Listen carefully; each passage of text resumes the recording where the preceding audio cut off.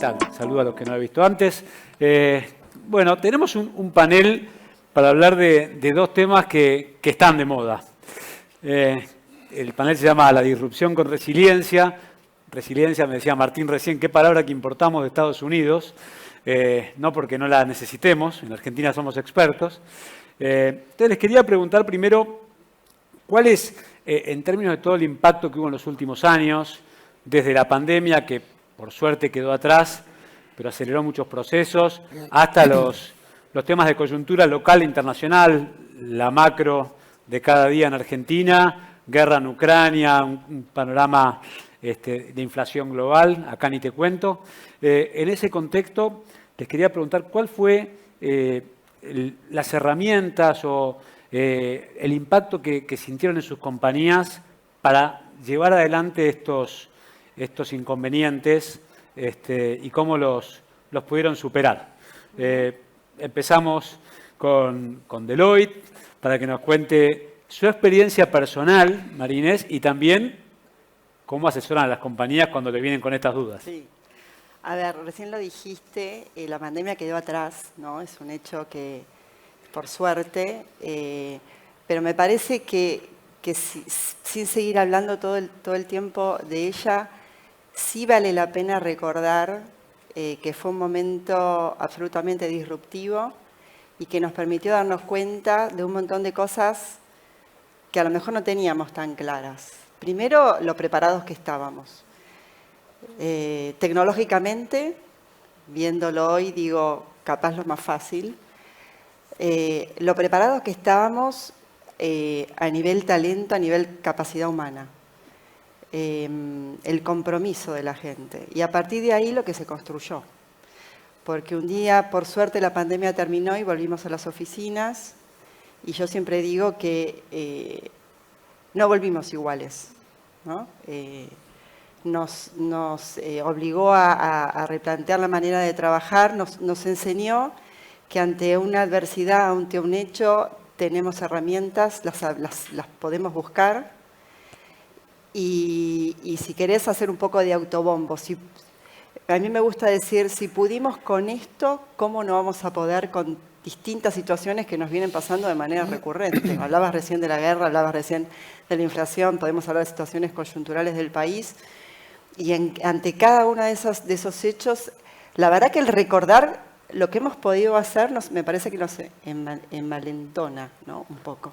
La memoria para superar el problema de mañana. Y Martín, hablábamos recién antes de llegar que la pandemia de alguna manera lo que hizo fue acelerar muchos procesos. En términos de resiliencia, digamos, de superar un momento complicado y abrazar la disrupción de alguna manera para superar todo esto, ¿cómo impactó en el BBVA o en la industria en particular? Sí, yo creo que recién lo comentábamos, ¿no? La pandemia en sí, más allá de todos los temas sanitarios, bueno, que vivimos globalmente, evidentemente fue un catalizador, un acelerador de transformación muy grande, ¿no? Yo ahí mencionaría dos cosas que ciertamente afectaron nuestra industria y seguramente a muchas otras también. Yo creo que hemos tenido un salto enorme en materia de transformación digital. Todos los números, todas las dimensiones de la forma en que nuestros clientes interactúan con nosotros han cambiado, han dado un salto de escala, ¿no? Totalmente. No tiene sentido perder mucho tiempo con ejemplos, yo creo que cualquiera hoy lo ve, ¿no? Eso por un lado, y quizás más internamente, y eso se percibe menos de afuera, ha cambiado mucho la forma de organizar el trabajo. No solamente porque la pandemia te trajo el remoto en una forma mucho más drástica, sino que yo creo que hoy tenemos compañías que operan mucho más transversalmente. Esta noción, a peligro de ser un poco organizativo, ¿no? En el enfoque, esta noción de compañías armadas en silos, ¿no? Con estructuras jerárquicas muy funcionales, etc. Esto ha cambiado dramáticamente y yo creo que es un territorio de los últimos 3 a 5 años, ¿no? Esta noción de equipos que trabajan dedicados a una tarea específica, que están, por lo tanto, mucho más adaptados al cambio, que tienen la necesidad de entregar una transformación en periodos mucho más cortos de tiempo. A mí me parece que eso es una disrupción interna de las empresas que seguramente si hacemos una encuesta a otras industrias, otros lo podrán mencionar también, ¿no? ¿Cuántos empleados hay en el banco? Aproximadamente 6.000. ¿Y tu balance, esta transformación fue positiva?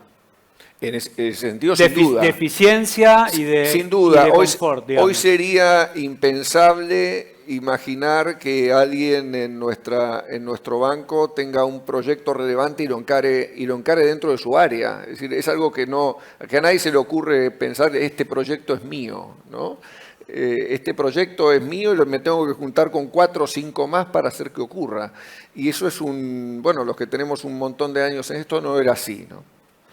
¿Cuántos empleados hay en Toyota, Gustavo? Ya no digo flamante CEO de Toyota porque hace más de un año que es el CEO nuevo de Toyota. ¿Cuántos empleados hay en Toyota? Y bueno, actualmente somos 8.500 personas trabajando en Toyota Argentina. Y también, ¿cómo impactó, como decía Martín, la transformación del trabajo? También se sintió en la industria automotriz, donde tenés, por la naturaleza obviamente de la industria, diferencias, pero ¿cómo fue el impacto en la organización del trabajo? Sí, te diría, primero la industria ya a nivel global, ¿no? Venía bajo un proceso de transformación muy significativo, que es un gran desafío, especialmente también para nosotros como industria argentina, para poder de alguna manera mantenernos en primera línea en términos del desarrollo de la industria automotriz global. Y después la dinámica propia de la pandemia y todas las disrupciones posteriores, ¿no? Con la frecuencia con la cual vienen ocurriendo. Todo eso ha generado, digamos, un entorno de desarrollo de nuestra actividad donde la adaptación es clave para poder hacerlo.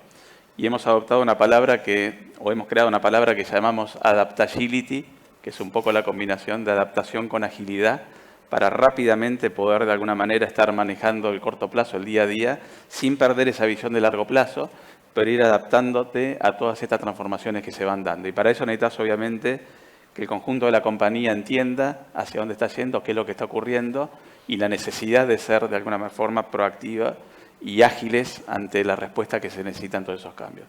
Eso en el esquema de trabajo ha significado, te diría, también un desafío muy grande. Esas 1.500 personas que trabajan en Toyota tienen características de trabajo muy diferentes. Somos una compañía claramente industrial, pero que nos estamos transformando en una compañía también de servicios fuertemente, servicios de movilidad, y claramente las características de esas tareas son distintas y la forma de trabajar es diferente. Entonces tenemos hoy un universo de gente muy grande, por supuesto, ¿no? Industrial trabajando presencial 100%, pero también tenemos una parte de la organización que a partir de todos estos cambios ha modificado su esquema de trabajo, no por eso perdiendo productividad, pero también teniendo que mantener cierto nivel de equidad y de balance en poblaciones laborales tan distintas. Bueno, eso lo estamos llevando adelante, aprendiendo todos los días, sabiendo que nada está escrito sobre piedra y que sobre el accionar y sobre el escuchar mucho a la gente vamos de alguna manera haciendo sintonía fina. Pero hoy los resultados nos están mostrando de que estamos teniendo, sobre esa resiliencia que vos mencionabas, la capacidad de ir creciendo, de generar nuevas cosas, más allá de los desafíos de la coyuntura y de todas estas disrupciones. ¿Qué fue lo más difícil, Fernando, que te encontraste en tu industria en todos estos desafíos que estamos hablando en los últimos 2, 3 años y cómo pudieron sortearlos y llevarlos adelante? Sí, hablábamos que la pandemia ya pasó. Para una empresa del rubro de la salud, la pandemia siempre va a ser por el impacto sanitario que tuvo. Y como decía María Inés, y me hago cargo, asumo sus palabras, nos demostró que estábamos preparados. Cuando uno habla de disrupción, cree que es de un momento para otro. Y la realidad es que la disrupción hay que fomentarla, trabajarla, estimularla dentro de la empresa para los colaboradores. En Sancor Salud somos 2.200 colaboradores. El caso de la pandemia es todas las empresas, creo que hubo un antes y un después de la pandemia. En el caso de salud, imagínense, 300 oficinas abiertas un viernes, el lunes 300 oficinas cerradas para brindar salud. Y eso nos demostró que estábamos por el camino correcto. Habíamos empezado 2 años antes con el home office, habíamos empezado a trabajar en la digitalización de los procesos y cada uno de estos cambios llevaba siempre dudas, inquietudes. La pandemia nos vino a demostrar que era el camino de la disrupción, el camino de los cambios, el camino de que las industrias tengan que transformarse. Y salud es un sector muy conservador. Más las empresas, como en caso de Sancor Salud, son empresas de cobertura, es un sector muy estático Y la pandemia rompió paradigmas en el tema de la salud, que nos van a impactar, creo que en forma muy positiva. La sociedad, las personas, los asociados exigen una nueva forma de vincularse con la salud, de estar en contacto con la salud. Así que nos exige ser mucho más disruptivos. Obviamente que en el caso de Sancor Salud estamos en toda la República Argentina, estamos en todas las provincias, la conectividad nos ayuda muchísimo para tomar decisiones rápidas, pero también para, obviamente que la innovación va a ser un aliado fundamental para todo lo que se viene. Fundamentalmente hablo del tema de lo que es la cobertura de salud. Históricamente el cambio de paradigma es, la salud antes se decía que era la ausencia de enfermedad. Entonces estabas enfermo, eras un grupo y el resto estaba ajeno a lo que sería salud. Después se empezó a hablar de prevención de la salud, pero es muy chiquito porque también va orientado hacia un grupo de personas o de patologías. Hoy se habla de promoción de la salud. Una salud, un bienestar de las personas que abarca lo físico, lo psíquico, lo social, lo cultural, lo laboral. Ese equilibrio, las empresas de salud vamos a tener un papel fundamental, un rol para lo que se viene, para lograr ese equilibrio. Y en términos de disrupción, que es una palabra que suena muy bien, que también está muy de moda, pero después les quiero preguntar como número uno de sus compañías, ¿cuál es de todos los elementos disruptivos que tiene su organización el que les resulta más desafiante para ustedes en lo personal? O porque tenían menos conocimiento, me pasa inteligencia artificial, y hay CEOs que están ahora estudiando y leyendo el tema, acelerándolo, porque si no, no sos el CEO de IBM, que vamos a charlar más tarde, tenés que empaparte de algunos temas. En los distintos desafíos que tienen su organización, ¿cuál es el tema que les resulta a ustedes más desafiante, el más complejo, el que más están tratando de resolver? Mira, nosotros en Deloitte, como firma de servicios profesionales y multidisciplinaria, nos ocupamos del desarrollo de talento. La disrupción, todo lo que estamos conversando, la verdad que ha tenido un impacto gigantesco en el área de talento. El primer punto, si querés, ya prepandemia teníamos home office o teníamos ya estaba este concepto de el trabajo no es repetitivo, en un mismo lugar de 9 a 18, ¿no? Ya trabajábamos por objetivos. Pero lo que vino ahora es una confirmación de que hoy el trabajo no tiene fronteras. Y podemos trabajar acá para cualquier lugar del mundo y el mundo busca talento acá, nos aparecen nuevos competidores. Nosotros tenemos una encuesta de tendencias de capital humano que prepara Deloitte anualmente a nivel global y uno de los temas que nos llama la atención es que la mayor parte de las personas se siente agobiada. Y cuando uno profundiza por qué agobiada, porque hoy no hay límites y porque hoy hay muchas oportunidades. Está genial, pero eso es un desafío grande para manejarlo y es un desafío grande también para las organizaciones, donde nos están apareciendo competidores por ese mismo talento en el mundo. Entonces, ese es un capítulo que te obliga permanentemente a estar en contacto con la gente, te obliga a establecer las relaciones de modo cotidiano, ¿no? O sea, la captación y retención del talento es un desafío que ustedes como número uno también lo ven en su empresa, es pregunta número uno, y pregunta número dos es cuál es, si hay otra herramienta de disrupción que a ustedes les resulta más desafiante en su compañía. Gustavo. Diría que empezando por la segunda, que es la consulta con respecto a los desafíos y el impacto en la compañía. Los desafíos son múltiples, obviamente. Si tuviera que nombrar uno en el caso de la industria automotriz, te diría que es el cambio climático y cómo las compañías se van de alguna manera adecuando a eso, que a veces lo sintetizamos en, bueno, ¿cuándo vamos a tener un auto eléctrico? Y pensamos que esa es la solución. Es mucho más complejo que eso, porque se trata de toda la cadena productiva, no solo los productos y los vehículos y cómo se utilizan, y cómo de alguna manera la tecnología impacta sobre eso y nos vamos preparando para esos desafíos. El mundo hoy tiene una discusión y algún signo de interrogación de cuál va a ser la solución final, porque más allá de qué tipo de industria se va a ir desarrollando es cómo en términos efectivos y concretos podemos atacar la reducción de emisiones de gases contaminantes, y para eso hay múltiples tecnologías sobre las cuales se están trabajando. La Argentina tiene como industria, y no solo Toyota, tenemos que estar en primera línea, como decía anteriormente, para acompañar esa transformación y que la industria argentina siga creciendo claramente en esa dirección. Ahora, eso nos lleva a un desafío como organizaciones muy fuerte, porque una cosa es producir autos como tradicionalmente se producía en la metalmecánica, como te diría, core de esa producción, y estamos yendo a vehículos cada vez más tecnológicos, ¿sí?, donde la electrificación va a tener un componente muy importante y nos obliga a todos, ¿no?, una reconversión, ¿sí?, como recursos humanos, como operación, para desarrollar personas que puedan trabajar en esa industria mucho más tecnológica acá hacia adelante. Con lo cual es un desafío muy grande, pero que es inevitable, porque el mundo está ya avanzando en ese camino y como industria en la Argentina tenemos que hacerlo. En Toyota Argentina ya estamos trabajando en ese sentido. Hemos, en lo que tiene que ver con la electrificación, traído los vehículos híbridos ya hace muchos años, incorporando nuevas tecnologías y ya pensando cómo vamos a adaptar nuestra capacidad productiva en el futuro para eso, qué perfil de organización necesitamos tener y cómo podemos ser competitivos globalmente, porque el otro gran desafío es eso, hacerlo además en términos de competitividad, de calidad, de costos, de seguridad. Así que el desafío, te diría, de la industria y nuestro particular va por ese lado. Y captación de talento, me imagino que también es un tema, por supuesto, que siempre están... es complejo.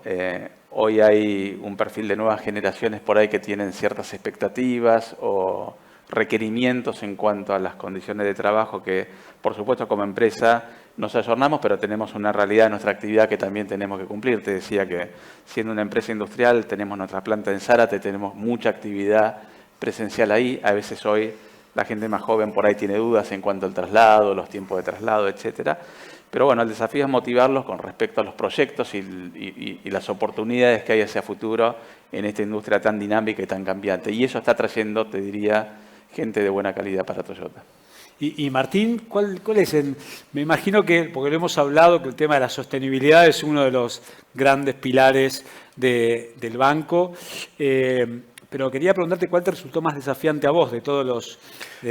Mirá, no voy a ser original, porque yo iba a tomar los puntos de Marinés y de Gustavo, ¿no? El tema de talento me pareció un desafío enorme en los últimos años, especialmente en los últimos 2, diría yo. Para dar un dato, el banco y yo creo que en general la industria financiera operábamos con una tasa de rotación anual del orden del 3%. Y eso hoy parece de otra época, ¿no? Saltamos rápidamente a 12 promedio en el banco, pero con algunos perfiles y algunas áreas específicas llegando a 40%, ¿no? Me imagino que más con el área de programación. No. Bueno, sí, el mundo de científicos de datos, todo el mundo de ingeniería en términos generales, ¿no? Claramente. Pero el punto es, evidentemente vos no podés resolver eso simplemente pagando más o buscando más rápido. Tenés que cambiar un montón de cosas. Y yo creo que nos llevó a nosotros a un cambio cultural que tuvimos que reaprender muchas de las cosas que hacíamos en términos de atracción de talento, ¿no? Y yo creo que la industria en ese sentido, no hablo únicamente por el banco, la industria es un esfuerzo muy grande de cambiar su forma de ver el mercado laboral, en un mercado de esos perfiles extraordinariamente demandado, el mundo como demandante, como decía bien Marinés, y aparte con una visión de una generación, Gustavo en este comentario, ¿no? De una generación que de repente teníamos que comprender que tenía otra visión de cuál era el equilibrio laboral personal, etcétera. Un montón de cambios culturales que a mí me parecieron muy desafiantes. Y en sostenibilidad, si bien yo estoy en una industria que no tiene un impacto directo, estamos en el medio del proceso de financiación, ¿no?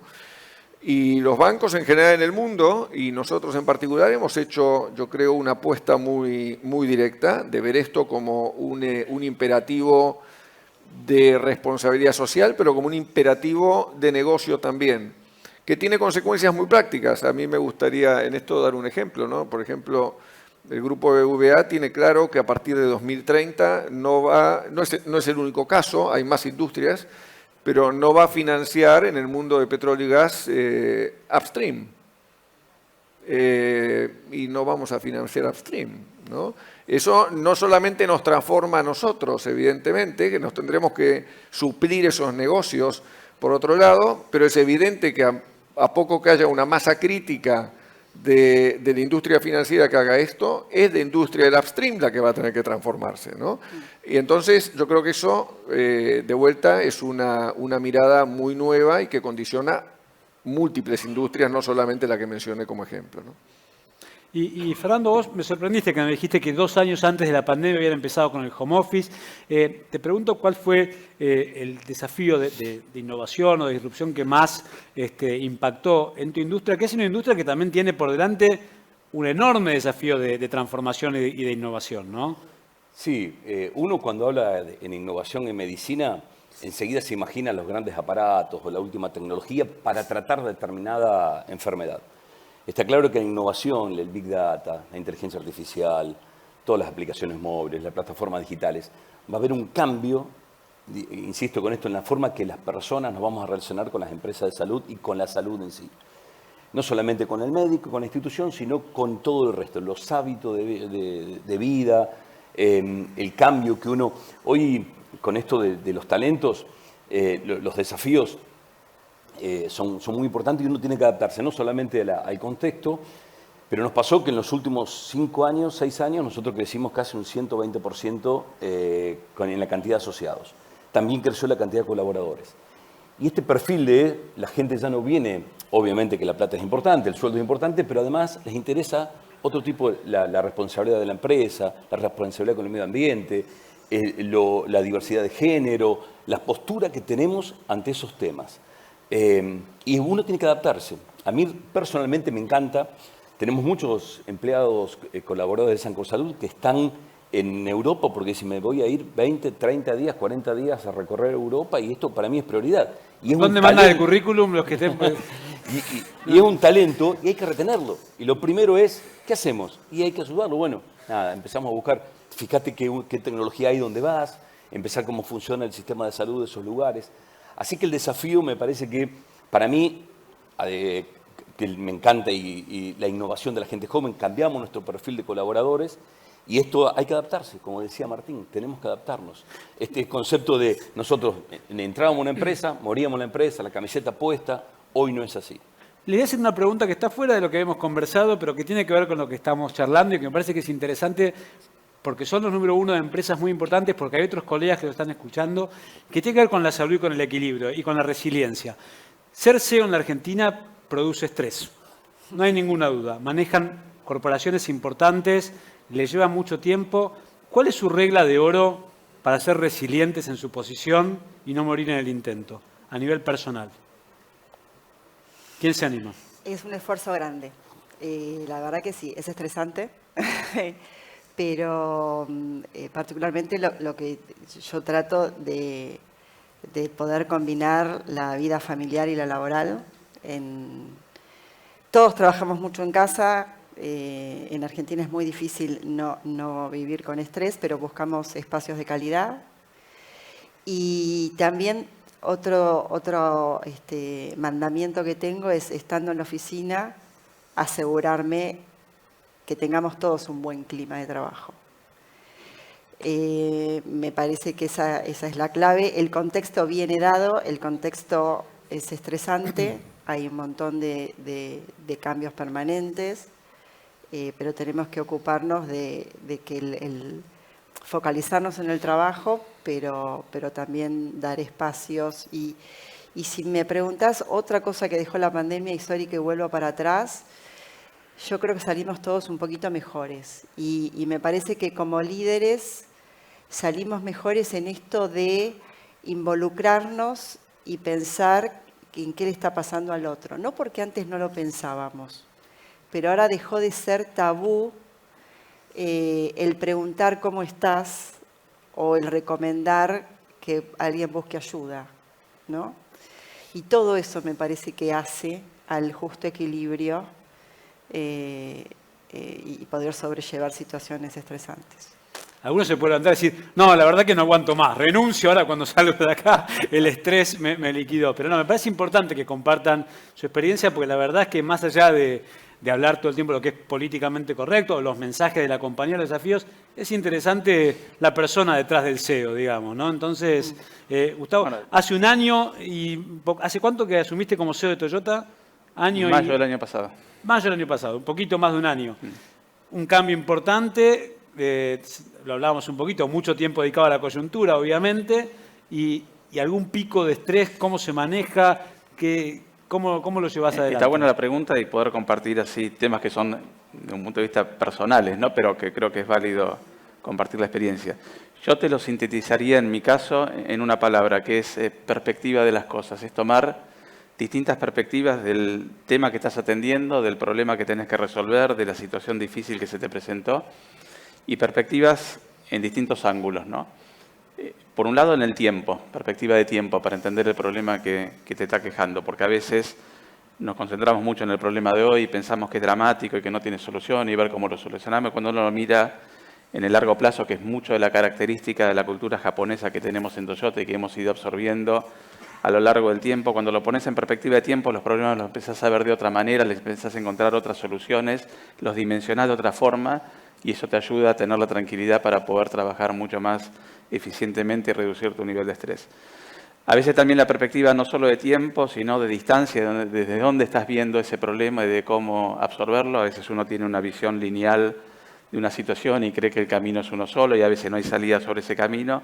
Y la perspectiva de dónde lo estás mirando te permite encontrar también en un pensamiento más lateral otro tipo de soluciones, de alternativas que aparentemente en un momento vos pensás que no tiene solución, pero de nuevo buscándole otro ángulo, por ahí lo encontrás. Y la perspectiva también de ubicarte en la dimensión que tiene ese problema, que a veces pensamos que el problema que tenemos nosotros es el más grave, el peor, el que no tiene solución y que el resto es todo fácil. Y cuando ves la situación y marcaste un problema en lo general, también tendés a relativizarlo y a darte la tranquilidad necesaria para poder tomar las decisiones que corresponden. Porque finalmente, en las grandes decisiones que tenemos que tomar, tenés que tener la tranquilidad emocional, tenés que tener el sentido de la racionalidad y el mejor balance entre la intuición y esa racionalidad para poder decidir, sabiendo la gran responsabilidad que tenemos en cada una de las decisiones, ¿no? Yo te decía, en Toyota hay 8.500 personas trabajando, pero tenemos una red de proveedores que multiplica, te diría, por 10 esa cantidad de personal. Tenemos una red de concesionarios, o sea, indirectamente tenemos una responsabilidad altísima sobre cada decisión. No estamos exentos de cometer errores, pero tenés que tener tranquilidad emocional para poder decidir cada día. Y a mí la perspectiva es lo que me ayuda a dar esa tranquilidad. La distancia y el tiempo sobre el problema. Y Fernando, en tu caso, ¿cuál es tu mandamiento, tu regla? Yo creo que soy más aliviado de los del panel. Ellos no sé cómo explican a la gente del exterior, sus accionistas en el exterior de Argentina, no sé cómo lo explican. Debe ser el mayor estrés que deben tener ellos. En el caso mío, es el estrés en este país y más en el sector de la salud, que es un sector que permanentemente, digo, las reglas y uno está trabajando fuertemente para que las cosas estén un poco más claras o llevar tranquilidad, mayor tranquilidad. Para mí es fundamental el trabajo en equipo. Para mí es fundamental el trabajo en equipo, apoyarse en el equipo que uno construye. Está claro que la última responsabilidad es mía, pero el trabajo en equipo a mí me deja mucho más tranquilo que las decisiones consensuadas. Es Sancorsalud, una empresa que está permitido el error. No es que siempre nos salen todas las cosas bien. Por lo cual, esa tranquilidad, esa perspectiva que decía Gustavo, me parece que es importante, ese momento de tranquilidad que hay que tener. Y bueno, y apoyado en el equipo. Y las decisiones después, obviamente que para mí es clave en esta cuestión de líder. A mí me tocó transcurrir varios puestos desde la empresa, y entonces como sigo siendo el FER dentro de la empresa, una empresa del interior, y eso también me da tranquilidad, porque con el ejemplo y con la acción uno actúa mucho e inspira mucho. Y Martín, ¿hace cuánto tiempo sos CEO del banco? 8 años. 8 años. Y aparte economista, eso es un factor de estrés adicional. Pero de inconsciencia también, así que eso ayuda. ¿Cuál es en 8 años de múltiples crisis financieras, una Argentina donde siempre hay incertidumbre, lo estábamos hablando antes? Yo le preguntaba antes de este panel, qué complicado va a estar el primer semestre del año que viene, y me decían, lleguemos al primer semestre del año que viene, después vamos a ver, nos queda un camino todavía por delante, pero ¿cómo es a nivel personal tu manejo de del estrés, de la resiliencia ante un momento complejo. ¿Cómo lo llevas? Yo te diría, bueno, lo obvio, ¿no? Que es que saber conectar y desconectar, ¿no? Eso lo doy por sentado, ¿no? Y cada uno tendrá su fórmula propia de qué te desconecta, ¿no? Yo tengo hijas adolescentes y mellizos de 7 años, así que cuando llego a mi casa me resulta bastante fácil, ¿no? Desconectarme. Pero luego en la interna, es cierto, hemos pasado de todo y no es un tema del sistema financiero, todos hemos pasado de todo. Yo personalmente lo que encuentro como un gran problema de estrés en la Argentina es que la Argentina frustra, ¿no? La Argentina nos somete a mucha frustración en muchos sentidos. A poco que uno mire el entorno y bueno, un país que no nos ha ido bien, ¿no? En el último tiempo, en una versión muy larga del último tiempo, ¿no? Entonces yo creo que desgraciadamente estamos excesivamente expuestos a esa frustración en el tiempo. Y eso yo creo que es una gran contribución al estrés. Personalmente creo que la solución a eso es buscar en nuestro trabajo el territorio sobre el cual tenemos capacidad de acción, de gestión y de control en un punto, ¿no? Y enfocarnos en nuestros proyectos. El entorno es el que es, la competencia es la que es y todos competimos en la misma cancha. Nos gustaría competir en una cancha con el pasto bien cortado. Bueno, estamos medio en el barro, ¿no? Pero estamos todos en el barro. Entonces hay que jugar en el barro y hay que enfocarse en lo que uno puede hacer. Y yo creo que lo más liberador de estrés es enfocarse en lo que hacemos productivamente, que es lo que nos atrae, lo que nos llevó a cada uno a trabajar en nuestra industria y lo que más nos entretiene.